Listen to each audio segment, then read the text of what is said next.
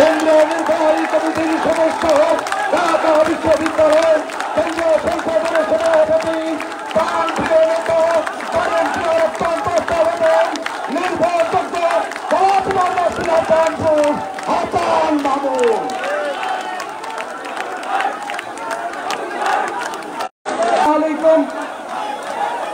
সনাতন ধর্মাবলম্বী ভাইদের জন্য সালাম এবং নমস্কার।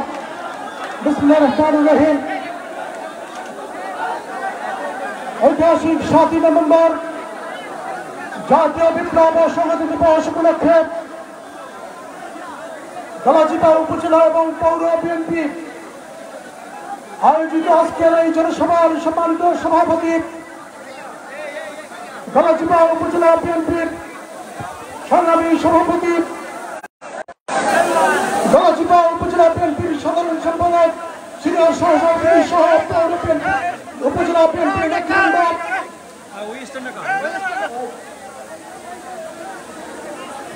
উপস্থিত রয়েছেন পটুয়াখালী জেলার বিভিন্ন অঙ্গ সংগঠনের নেতৃবৃন্দ, উপজেলা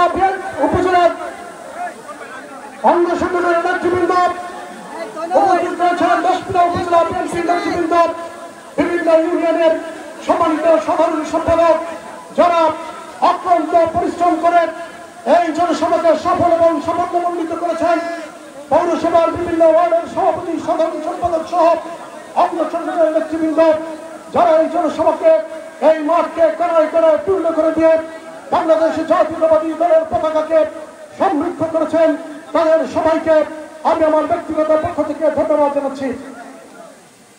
সংগ্রামী বন্ধুরা, জাতীয় বিপ্লব ও সংহতি দিবসের এই সন্ধিক্ষণে দাঁড়িয়ে আমি গভীর শ্রদ্ধার সাথে স্মরণ করছি 7ই নভেম্বর জাতীয় বিপ্লব ও সংহতি দিবসের মহানায়ক, ইতিহাসের রাখাল রাজা, সৃষ্টি যার সুলভ, ব্যক্তি যার পরিধিক, বাংলাদেশী জাতীয়তাবাদের মহান প্রবক্তা, স্বাধীনতার মহান ঘোষক শহীদ রাষ্ট্রপতি জিয়াউর রহমানের প্রতি গভীর শ্রদ্ধা নিবেদন করছি।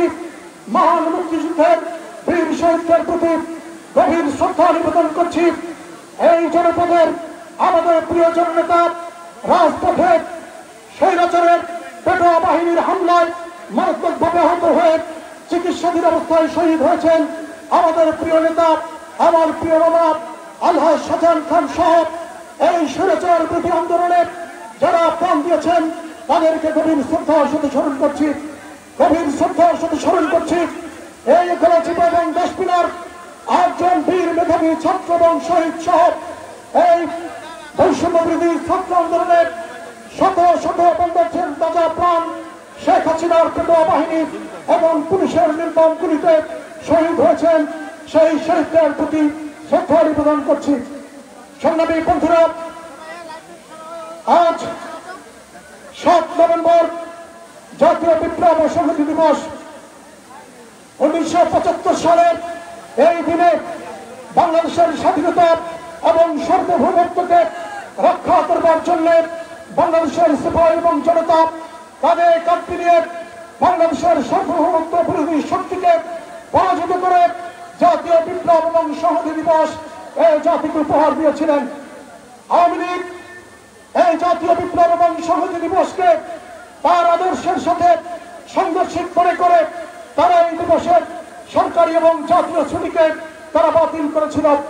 সংগ্রামী বন্ধুরা, 1975 সালের 15ই আগস্টের বৃহত্তর হত্যাকাণ্ডের মধ্য দিয়ে বাংলাদেশের রাজনীতিতে যে অনিশ্চয়তা তৈরি হয়েছিল, শেখ মুজিবুর রহমান তার সপরিবারে নিহত হওয়ার পরে তার দলের খন্দকার মুশতাক আহমেদ বাংলাদেশের রাষ্ট্রপতি হয়েছিলেন এবং তার মন্ত্রী পরিষদের প্রায় সকল সদস্য সেই মন্ত্রিসভায় যোগ দিয়ে একটি সরকার গঠন করেছিলেন। তারপর থেকেই বাংলাদেশের সেনাবাহিনীর অভ্যন্তরে এবং বিভিন্ন বাহিনীর মধ্যে অভ্যুত্থান পাল্টা অভ্যুত্থান, কূপ পাল্টা কূপ এর ধারাবাহিকতায় যখন বাংলাদেশের স্বাধীনতা এবং সার্বভৌমত্ব বিদেশি শক্তির হাতে বিলিয়ে দেওয়ার একটি মুহূর্ত তৈরি হয়, তখন বাংলাদেশের সাধারণ জনতা এবং সাধারণ সিপাহীরা রাজপথে নেমে এসে জাতীয় বিপ্লব এবং সংহতির মাধ্যমে সার্বভৌমত্ব বিরোধী শক্তিকে পরাস্ত করে পুনরায় বাংলাদেশের স্বাধীনতা এবং সার্বভৌমত্বকে সুসংহত করে সুরক্ষিত করে এই স্বাধীনতার সুরক্ষা জাতীয় বিপ্লব এবং সংহতি দিবস প্রতিষ্ঠা করেছেন। সেই দিবসের পিছনে যে বীর শহীদদের ভূমিকা রয়েছে তাদের আত্মার প্রতি আমি শ্রদ্ধা নিবেদন করছি।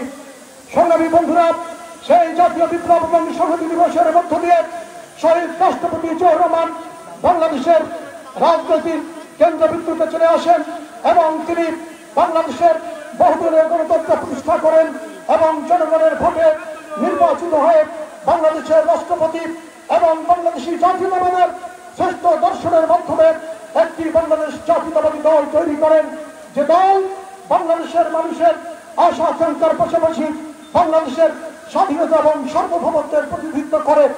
সংগ্রামী বন্ধুরা, শহীদ রাষ্ট্রপতি জিয়াউর রহমানের হত্যাকাণ্ডের পরে বাংলাদেশের বহুবার বাংলাদেশের গণতন্ত্র বিভাগগ্রস্ত হয়েছে, সংকটে পড়েছে। কিন্তু গত 15 বছর এবং 17 বছর শেখ হাসিনার নেতৃত্বে বাংলাদেশে যে সরকার পরিচালিত হয়েছে সেই সরকার সম্পূর্ণ পুলিশ এবং বিভিন্ন বাহিনীর অস্ত্রের মাধ্যমে মানুষকে হত্যা, গুম, খুন এবং বাংলাদেশের ব্যাংকগুলোকে লুটপাট করে বিদেশি শক্তির কাছে সেই টাকা তুলে দিয়ে বাংলাদেশের প্রাকৃতিক সম্পদগুলোকে বিদেশি শক্তির কাছে তুলে দিয়ে অবৈধভাবে বাংলাদেশের রাষ্ট্র ক্ষমতায় টিকেছিলেন। বাংলাদেশের ছাত্র সমাজ, বাংলাদেশের রাজনৈতিক দলগুলো বাংলাদেশ জাতীয়তাবাদী দলের নেতৃত্বে বিগত 17টি বছর রাজপথে প্রাণপণ লড়াই করেছে, কিন্তু সরকারের অস্ত্র এবং বিদেশি শক্তিদের ষড়যন্ত্রের কারণে শেখ হাসিনাকে পরাস্ত কিংবা পদত্যাগে বাধ্য করতে পারেননি। কিন্তু বাংলাদেশের ছাত্র সমাজ যখনই বাংলাদেশ সংকটে পরিণত হয়েছে, পর্যবসিত হয়েছে, পতিত হয়েছে, তখন বাংলাদেশের ছাত্র সমাজ আল্লাহর মর্যাদা, সার্বভৌমত্ব এবং গণতন্ত্রের সংকটে জীবনে রক্ত দিয়ে সেই গণতন্ত্র এবং স্বাধীনতা সার্বভৌমত্বকে রক্ষা করেছে। যে তাজা প্রাণগুলোর মধ্য দিয়ে এই বাংলাদেশের বৈষম্য বিরোধী ছাত্র আন্দোলন করে উঠেছিল, সেই তাজা প্রাণগুলো আমাদের বাংলাদেশের প্রত্যেকটি মানুষের মেধাবী সন্তান। কি নির্মম ভাবে আপনারা দেখেছেন তাদেরকে হত্যা করা হয়েছে, কি নির্মম ভাবে দেখেছেন তাদের শিশু সন্তানদেরকে হত্যা করা হয়েছে। তারপরেও বাংলাদেশের ছাত্র সমাজ এই স্বৈরাচারের কাছে মাথা নত করেনি। তার পাশাপাশি দেশনায়ক তারেক রহমানের নেতৃত্বে বাংলাদেশ জাতীয়তাবাদী দল এবং বাংলাদেশের বিভিন্ন রাজনৈতিক দল সেই আন্দোলনের সাথে সম্পৃক্ত হয়ে চূড়ান্তভাবে শেখ হাসিনাকে পদত্যাগে বাধ্য করতে যখন সক্ষম হয়েছেন, তিনি তখন দেশ থেকে পালিয়ে পদত্যাগ করে ভারতে আশ্রয় গ্রহণ করেছেন। বন্ধুরা, বাংলাদেশের ছাত্র সমাজ এবং জাতীয়তাবাদী দলের গণতন্ত্রের সংগ্রাম এখনো শেষ হয়নি। একটি অবাধ এবং নিরপেক্ষ নির্বাচনের মাধ্যমে নির্বাচিত সরকার, নির্বাচিত সংসদ এবং জনগণের ভোটে নির্বাচিত সরকার প্রতিষ্ঠা না হওয়া পর্যন্ত আমাদের সংগ্রাম চলবে। বাংলাদেশের ছাত্র সমাজের সংগ্রাম চলবে, বাংলাদেশের গণতন্ত্র মানা প্রত্যেকটি মানুষের সংগ্রাম চলবে এবং একটি অবাধ এবং নিরপেক্ষ জাতীয় নির্বাচন পর্যন্ত আপনারা তন্ত্র প্রহরীর মতো বাংলাদেশের জনগণের পাশে থেকে বাংলাদেশের গণতন্ত্রের জন্য লড়াই করবেন সেই আশাবাদ ব্যক্ত করছি। সংগ্রামী বন্ধুরা, গত 15টি বছর বাংলাদেশ জাতীয়তাবাদী দলের নেতা কর্মীরা রাজপথে রক্ত দিয়েছে। এই গলাচিপা 10 মিনার জাতীয়তাবাদী সৈনিকরা রাজপথে নির্যাতিত হয়েছে, মাসের পর মাস কারাভোগ করেছে এবং শুধু 17 বছর নয়, তার পূর্বে 91 সাল থেকে আমরা নির্বাচনে লড়াই করেছি।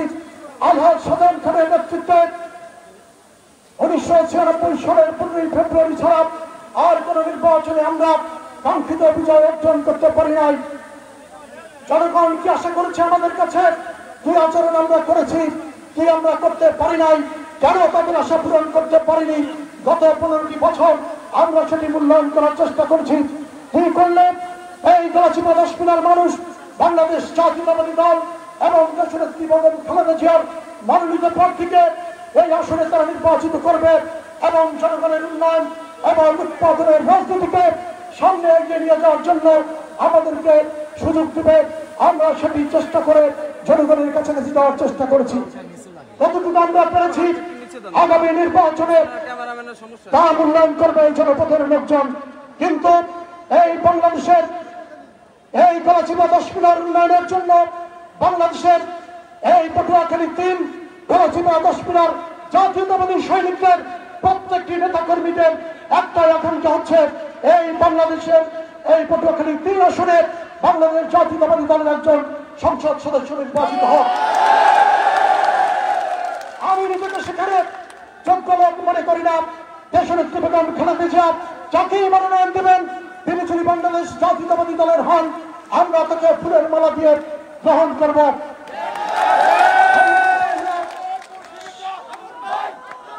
সেই প্রত্যাশা নিয়ে এবং সেই দীর্ঘ প্রতিজ্ঞা নিয়ে অন্য দল থেকে আসার পরেও আমরা আমাদের প্রিয় অগ্রজ গোলাম মাওলা রনি ভাইকে আমরা এই আসনে স্বাগত জানিয়েছিলাম এবং প্রত্যেকটি নেতা কর্মী আমরা দীপ্ত সভাগ্রহণ করেছিলাম।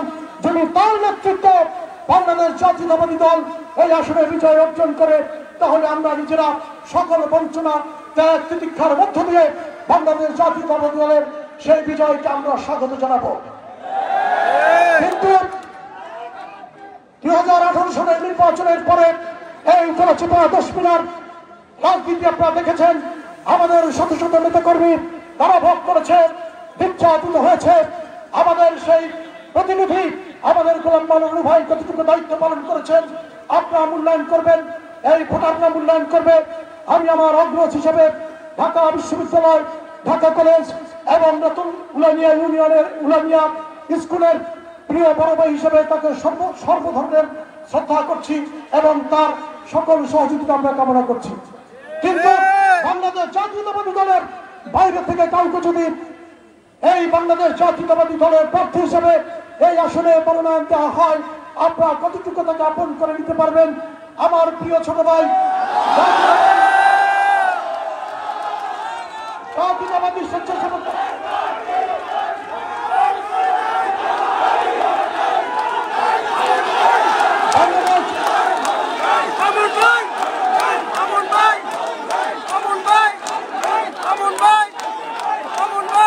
বাংলাদেশ জাতীয়তাবাদী দল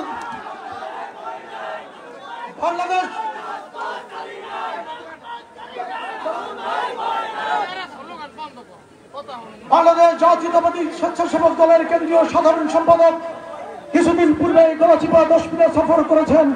তিনি একটি কথা বলেছেন যে এক গাছের ছাল যেমন আরেক গাছে লাগে না, একজনের সন্তান যেমন আরেকজনকে বাবা বলে ডাকে না, তেমনি এক দলের সংসদ সদস্য আরেক দলের নেতা কর্মীদেরকে আপন করে নিতে পারে না। কিন্তু আমরা বাংলাদেশ জাতীয়তাবাদী দল দৃঢ় প্রত্যয়ের সাথে বলবো এই বাংলাদেশ জাতীয়তাবাদী দল গলাচিপা 10 মিনায় গত 15টি বছরে আমাদের জোটের নেতৃবৃন্দকে আমরা আপন করে নিতে পেরেছি। আমরা কাঁধে কাঁধ মিলিয়ে তাদের সাথে গণতন্ত্রের লড়াই করেছি, শেখ হাসিনা বিরোধী আন্দোলন করেছি। কোনোদিন আমাদের মধ্যে কোনো ধরনের ভুল বোঝাবুঝি তৈরি হয়নি। কিন্তু হঠাৎ করে গলাচিপা 10 মিনার রাজনীতি কি এক চিঠির কারণে উত্তপ্ত হয়েছে আপনারা জানেন। আমি বিষয়টা একটু খোলসা করে আমি বলি, বাংলাদেশ জাতীয়তাবাদী দলের দপ্তর সম্পাদক ইসবি আহমেদ ইতিমধ্যেই গণমাধ্যমের কাছে সেই চিঠির ব্যাখ্যা দিয়েছেন। বাংলাদেশ জাতীয়তাবাদী দলের চেয়ারম্যান ভারপ্রাপ্ত চেয়ারম্যান তারেক রহমান সাহেবের সঙ্গে জোটের নেতারা বৈঠক করেছেন। তারা বলেছেন তারা কোনো জনপদে গণসংযোগ করতে পারে না। আওয়ামী লীগের ফেসিবাদী হামলার নামতে নাকি বাংলাদেশ জাতীয়তাবাদী দলের নেতা কর্মীরাও প্রার্থীদের উপরে হামলা করে। এইখানে 4 দলীয় জোট, 20 দলীয় জোট, এমনকি বর্তমান গণ অধিকার পরিষদ সহ কোন দলের প্রার্থী, কোন দলের নেতা বাংলাদেশ জাতীয়তাবাদী দলের হাতে বঞ্চিত হয়েছেন, হামলার শিকার হয়েছেন আপনারা কি কখনো দেখেছেন? আপনাদের বিরুদ্ধে এই মিথ্যা অভিযোগ দিয়ে যারা বাংলাদেশ জাতীয়তাবাদী দলকে খাটো করে, ছোট করে এবং আপনাদের সাথে আমাকে মিলিয়ে যারা দেশনায়ক তারেক রহমানের বিরুদ্ধে বাংলাদেশ জাতীয়তাবাদী দল গলাচিপা এবং 10 মিনাকে দাঁড় করিয়ে দিতে চায় তাদের সকল ষড়যন্ত্রের বিরুদ্ধে আপনারা সজাগ থাকবেন কমপক্ষে আগামী নির্বাচন পর্যন্ত। সংগ্রামী বন্ধুরা, একটি অন্তর্বর্তী অন্তর্বর্তীকালীন সরকার দায়িত্ব পালন করছে। বাংলাদেশ জাতীয়তাবাদী দল সরকার পতনের 5ই আগস্ট থেকে এই জনপদে অতন্ত্র প্রহরীর মতো প্রত্যেকটি মানুষের নিরাপত্তার জন্য সরকারি কর্মকর্তা কর্মচারীদের সহযোগিতা করেছে, প্রত্যেকটা জনপ্রতিনিধিকে সহযোগিতা করেছে। কোনোদিনও আমরা দায়িত্বহীনতার পরিচয় দিয়ে কারোর উপরে কোনো হামলা, কোন ধরনের কোনো বিশৃঙ্খলা আমরা করতে দেইনি। আগামী নির্বাচনে এই দায়িত্বশীলতার সাথে আপনারা দায়িত্ব পালন করবেন। প্রশাসনের ভাইদেরকে বলছি, আপনারা প্রজাতন্ত্রের কর্মচারী। বাংলাদেশ জাতীয়তাবাদী দল, আওয়ামী লীগ, জামায়াত ইসলামী, জাতীয় পার্টি, এমনকি গণ অধিকার পরিষদ আপনাদেরকে বেতন দেয় না। আপনারা জনগণের প্রতিনিধির মতো কাজ করবেন। তাদের ট্যাক্সের টাকায় আপনাদের বেতন হয়, আপনাদের বোনাস হয়। সুতরাং কারো ব্যক্তিগত কর্মচারী হয়ে আপনাদের চাকরি করার কোনো দরকার নেই। যদি কোনো ধরনের হুমকি আসে, আপনার নৈতিকতার সাথে সেই হুমকি প্রতিহত করবেন। আপনাদের পাশে থেকে আপনাদেরকে সহযোগিতা করব। বাংলাদেশ জাতীয়তাবাদী দল কোন দেউলিয়াদের দল নয়। উপজেলা পরিষদ কিংবা থানা পরিষদের টাকায় প্রোগ্রাম করতে হবে, তাদের চেয়ার টেবিল, তাদের লজিস্টিক সাপোর্ট, তাদের খাবার খেয়ে প্রোগ্রাম করতে হবে। বাংলাদেশ জাতীয়তাবাদী দল এতটা দেউলিয়া হয়ে যায়নি। সংগ্রামী বন্ধুরা, কারো ব্যক্তিগত সমালোচনা করব না। বাংলাদেশ জাতীয়তাবাদী দল দায়িত্বশীলতার সাথে আগামী নির্বাচন পর্যন্ত গণতন্ত্রের অতন্ত্র প্রহরী হিসেবে এবং আগামী জাতীয় নির্বাচনের বিজয়ের জন্য সর্বোচ্চ ত্যাগ স্বীকারে প্রস্তুত থাকবে এবং সেই ত্যাগ স্বীকারে প্রত্যেকটি নেতাকর্মী দৃঢ়ভাবে ঐক্যবদ্ধ থাকবেন। বিভিন্ন ধরনের করে দেবে, বিভিন্ন ধরনের লালসা দেখাবে, কারো লাভ লালসায় আপনারা নিজেদের সত্তাকে বিক্রি করে দিবেন না। নিজের ধৈর্য ধারণ করে রাজনৈতিক কর্মীর মতো সফল রাজনৈতিক কর্মী হিসেবে নিজেকে গড়ে তুলবেন এবং আগামী জাতীয় নির্বাচনে বাংলাদেশ জাতীয়তাবাদী দলের যে প্রতিনিধি এই আসনে মনোনয়ন পাবে, আমরা কাঁধে কাঁধ মিলিয়ে তার বিজয়ের মধ্য দিয়ে দেশনেত্রী বেগম খালেদা জিয়া এবং তারেক রহমানের নেতৃত্বে বাংলাদেশের সংখ্যাগরিষ্ঠ আসনে বিজয়ী হয়ে একটি অবাধ এবং নিরপেক্ষ নির্বাচনের মধ্য দিয়ে বাংলাদেশ জাতীয়তাবাদী দলের নেতৃত্বে গণতান্ত্রিক সরকার প্রতিষ্ঠা করব, সেই আশাবাদ ব্যক্ত করে আজকের এই সমাবেশকে যে সমস্ত গণমাধ্যম কর্মীরা অক্লান্ত পরিশ্রম করে আমাদের এই বক্তব্য এবং জনগণের আশা আকাঙ্ক্ষা এবং স্বতঃস্ফূর্ত অংশগ্রহণকে জাতীয় পত্র পত্রিকা এবং টেলিভিশনকে প্রচারের ব্যবস্থা করেছেন, তাদেরকে বিশেষ ধন্যবাদ জানিয়ে এবং সকল কলাকুশলী এবং সরকারি কর্মকর্তা কর্মচারীরা, বিশেষ করে থানার পুলিশ বাহিনী, শিক্ষকবৃন্দ এবং বিভিন্ন সরকারি কর্মকর্তা কর্মচারীরা অংশগ্রহণের মাধ্যমে আমাদের এই সমাবেশকে সফল করেছেন, তাদের সবাইকে অনেক অনেক ধন্যবাদ জানিয়ে আজকের মতো বিদায় নিচ্ছি। আসসালামু আলাইকুম। বাংলাদেশ জিন্দাবাদ, বাংলাদেশ জাতীয়তাবাদী দল জিন্দাবাদ, শহীদ রাষ্ট্রপতি জিয়াউর রহমান অমর, দেশনেত্রী বেগম খালেদা জিয়া জিন্দাবাদ, তারেক রহমান জিন্দাবাদ, জিন্দাবাদ। সবাইকে ধন্যবাদ।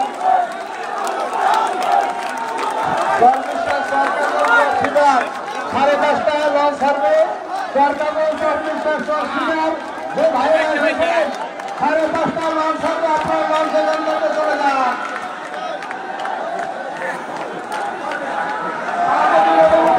আজকের কোনো সমাপ্তি ঘোষণা করা হলো। আপনারা সবাই মা বোনেরা এসেছে, তাদের যাওয়ার ব্যবস্থা করে দিবেন। যে যেখান থেকে এসেছেন সেইখানে সেই সব লঞ্চ, বাস, বিভিন্ন যানবাহনের মাধ্যমে যাতে যেতে পারে তাড়াতাড়ি চলে যাবে।